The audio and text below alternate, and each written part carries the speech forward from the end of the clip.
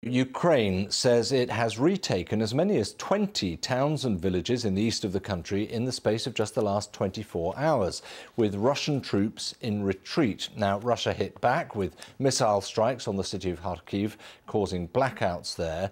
But President Putin's tactics have also been criticised by one of the leading military commanders fighting on the ground. Officially, the Kremlin says that its forces are regrouping, not retreating. This was the situation just a week ago, with Russia still in control, as you can see, of much of the east of the country. So that's all the area you see in red. Mapping in the last 24 hours, though, just shows the scale of the gains made by the Ukrainians. That's the purple there to the east, and as far south as Izium as well. From the capital, Kyiv, our Ukraine correspondent James Waterhouse sent us this. War can be both symbolic as well as significant. And today was just that. Russian ambitions once again abandoned. Moscow calls this a regrouping. It's more like a retreat, and a quick one. Kyiv is claiming to have taken back almost all of the Kharkiv region. Even Russian officials admit to being outnumbered by 8-1 here. Izium був, є і буде Україна. Izium was, is, and always will be Ukraine, says this soldier. This is territory which Russia fought hard to take, lost in the space of days. We met them with tears in our eyes. We could not imagine that they would come so unexpectedly, but we've been waiting for them almost half a year, and we are so happy. Whenever Russia is frustrated, it responds. This time accused of striking civilian targets. A major power station reduced to this, causing trains to stop working on Kharkiv's metro. For some, much more was lost than just power. Ukraine is pushing on more than one front. That has risks, but it's enough to worry one of Putin's biggest allies, Chechen leader Ramzan Kadyrov.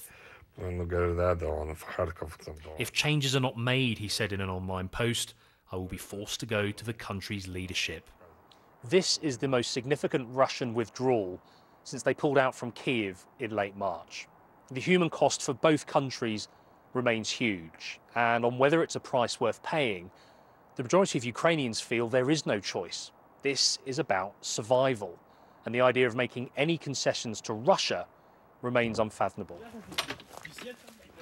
The Kremlin anticipated taking Ukraine in a matter of days. 201 of them later, it's going backwards. James Waterhouse, BBC News in Kyiv.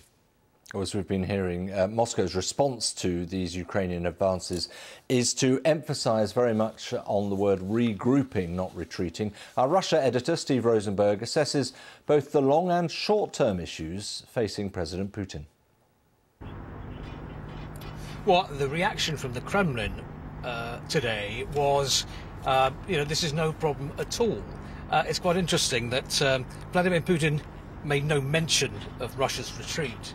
But territorial losses don't mean they didn't happen. They did. And actually, a lot of pro-Russia social media groups and Telegram channels did notice them.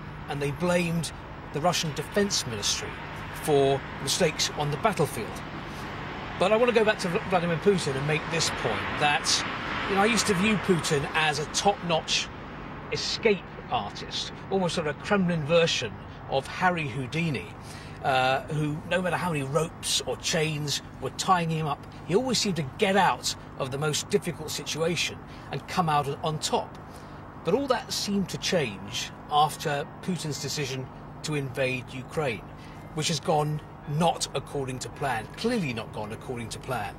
And there's a problem here, I think, for Vladimir Putin, because when an authoritarian leader starts to lose that aura of invincibility, then that can be very dangerous for that leader. Steve Rosenberg there. Now, retired Colonel Brendan Kearney is a military affairs analyst and former Chief of Staff for US Marine Corps forces in Europe, and joins us from California. Brendan, thanks very much indeed for your time. Given your military expertise, I just wonder what you make of this extraordinary, we've shown a map showing this extraordinary level of gains by Ukrainian forces. How have they managed that? Well, I think it's a combination of things, but let me start off by first saying I think one of the primary reasons has to do with an absolutely extraordinary deception plan that they put into place. You know, for the last month, they've been talking, really hinting about attacking into southern Kherson first. And they've done just the opposite. They went north into Kharkiv. And, you know, there's been very little media reporting from the Ukrainian press, and I think that's part of it. They kept things really quiet, and as a result of that, they've gone ahead and been able to pull off, which I think is an extraordinary military maneuver. So effectively, a classic military bluff almost. It really classic, and it reminds me of what we did, what the Allies did prior to D-Day when we built the Ghost Army there across from the Pas de Calais.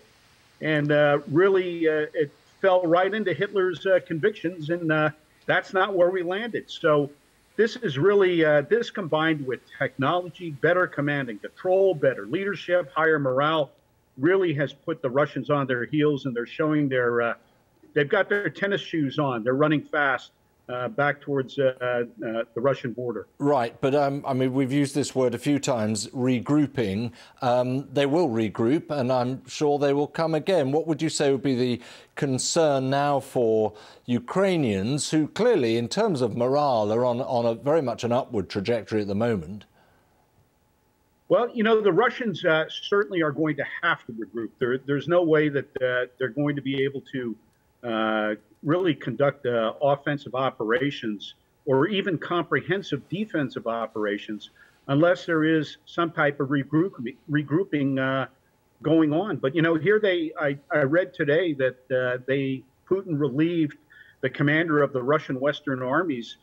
He's only been in that position for 16 days. So he has got some tremendous leadership problems there. He's working his way through the lieutenant generals that the Russian army's got left, and there's not many of them. Ukrainians obviously know the territory. They know the land, the way it lies, how to exploit it, I suppose. What would you think has been the role then of the West, of US perhaps and UK military expertise? Well, I think there's been a variety of things. Obviously, the extraordinary technology that our countries and the other friends and allies of Ukraine have provided, that really the Russians cannot, they cannot meet the same type of requirements and capability. The other thing is that you allude to is the intelligence that's being provided by NATO, the United States, certainly the UK, is head and shoulders above what the Russians have. And on top of that, even if they were getting great intelligence, their command and control system has been broken from the get-go. So even with the great intelligence, they're not getting it down. If they were getting great intelligence, they're not getting it down to those forces, their Russian forces, on a tactical level where they can exploit it. So if this continues the way it is right now, we're going to continue to see Ukrainian success. Brendan, thank you very much indeed for sharing your expertise. That's Brendan Kearney, military affairs analyst, former Chief of Staff for US Marine Corps forces in Europe. Thank you.